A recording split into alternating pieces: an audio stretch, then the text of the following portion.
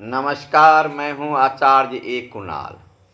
आज मैं आपको कई विषय पर चर्चा करूँगा। जैसे आप देख सकते हैं, इसमें प्रथम तीर बना हुआ है हृदय रेखा के पास, जो दो भाग में बट गया है। ऊपर में देखिए हृदय रेखा है, जिसमें दो भाग में बट गया है। इस हथेली में जब हृदय रेखा दो भाग में बटा हुआ, तो ऐसे जातक के जीवन में किसी न किसी व्यक्ति का हमेशा सपोर्ट रहता है। दूसरे व्यक्ति का सपोर्ट से ऐसे जातक का भाग्योदय होता है, ऐसे जातक का काम काज यानी तरक्की होता है। जब इस तरह का किसी को हृदय रेखा दो भाग में बट जाए, एक शनि पर्वत की ओर चला जाए और दूसरा बृहस्पति की ओर चला जाए, तो ऐसे जातक का जीवन किसी परोपकार पर निर्भर करता है, यानी लोगों का उपकार इस पर रहता है। एक तरफ तो ये है, दूसरा तरफ देखिए ये छोटा सा तीर जो अंगूठा के नीचे में है, इस पर देखिए शुक्र पर्वत है। ये शुक्र पर्वत पे कई रेखा देखिए लंबा लंबा खींचा हुआ है। जब इस तरह लंबा लंबा रेखा शुक्र पर्वत पर खींचा हुआ हो, तो समझ जाइए ऐसे जातक के जीवन में कई इष्ट मित्र हैं। अब यहाँ से भी सेम सपोर्ट, यानी उस हृदय रेखा का प्रभाव इस शुक्र पर्वत पर भी दिखाई दे रहा है। यानी यहाँ पर दिखाई दे रहा है कि कई रेखा मित्रवत, यानी मित्र सहायक रेखा, कई व्यक्ति ऐसे व्यक्ति के जीवन पर सपोर्ट करने के लिए तैयार रहता है। जितना रेखा यहाँ दिखाई देगा, उतना रेखा बुझिए शुक्र पर्वत पर है, तो समझिए इतना आदमी उस व्यक्ति को सपोर्ट कर रहा है। यानी जीवन में उन्नति, जीवन में तरक्की, जीवन में सभी प्रकार का सहयोग देने को तैयार है, क्योंकि इतने जातक को इष्ट मित्र सहयोगी होंगे। अब आइए तीसरा तीर देखिए, इस हथेली में जो मस्तिष्क रेखा को दिखा रहा है। अब देखिए इतना लंबा मस्तिष्क रेखा किसी व्यक्ति के हाथ में हो, तो ऐसे जातक वैसे भी बड़ा ही बुद्धिजीवी, बुद्धिमान, बड़ा ही तेज तराक होता है। ऐसे जातक किसी व्यक्ति से काम निकालने में, किसी व्यक्ति से काम करवा लेने में, किसी व्यक्ति से अपना सपोर्ट करवा लेने में बहुत ही तेज तराक बुद्धिजीवी होते हैं। अपना काम आसान से निकलवा लेते हैं।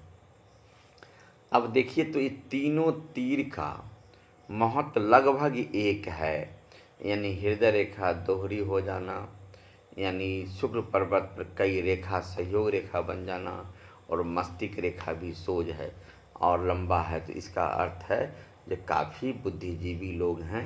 और ऐसे जातक अपने बुद्धि विवेक से सभी प्रकार से सभी लोगों से अपना काम करवा लेते हैं, निकलवा लेते हैं।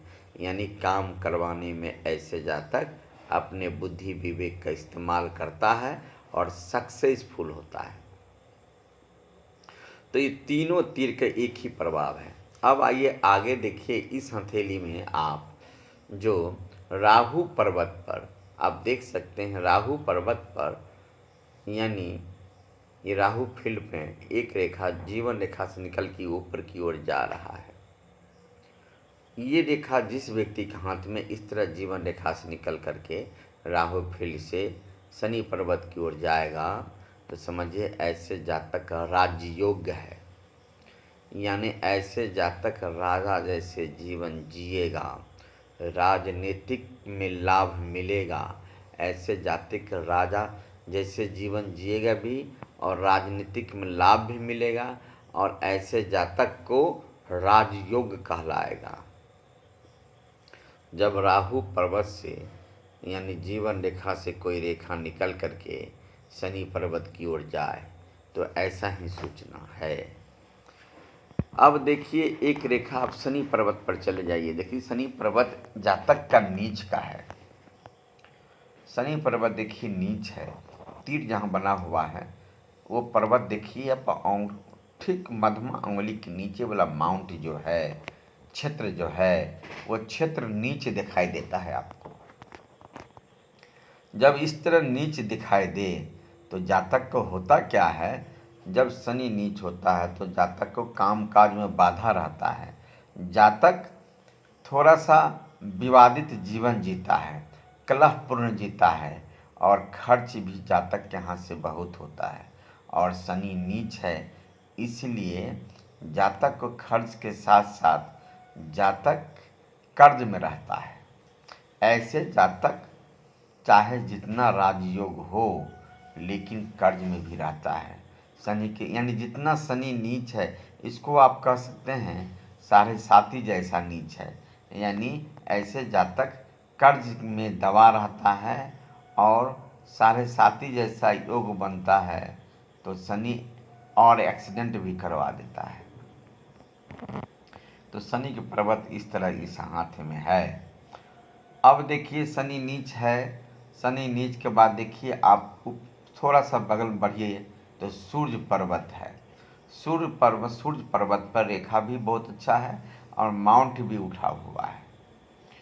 तो सूर्य उठा है, सूर्य रेखा भी है, सूर्य का क्षेत्र उभरा हुआ है, उठा हुआ, हल्का सा धसा हुआ है।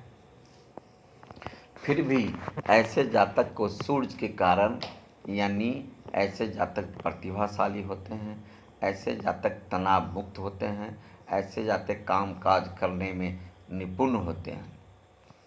क्योंकि सूर्य एक प्रतिभाशाली है, अपने प्रतिभा की बदौलत जातक जीवन को जी लेता है, यानी जिंदगी जीने का कला जानता है, प्रतिभाशाली व्यक्ति होता है।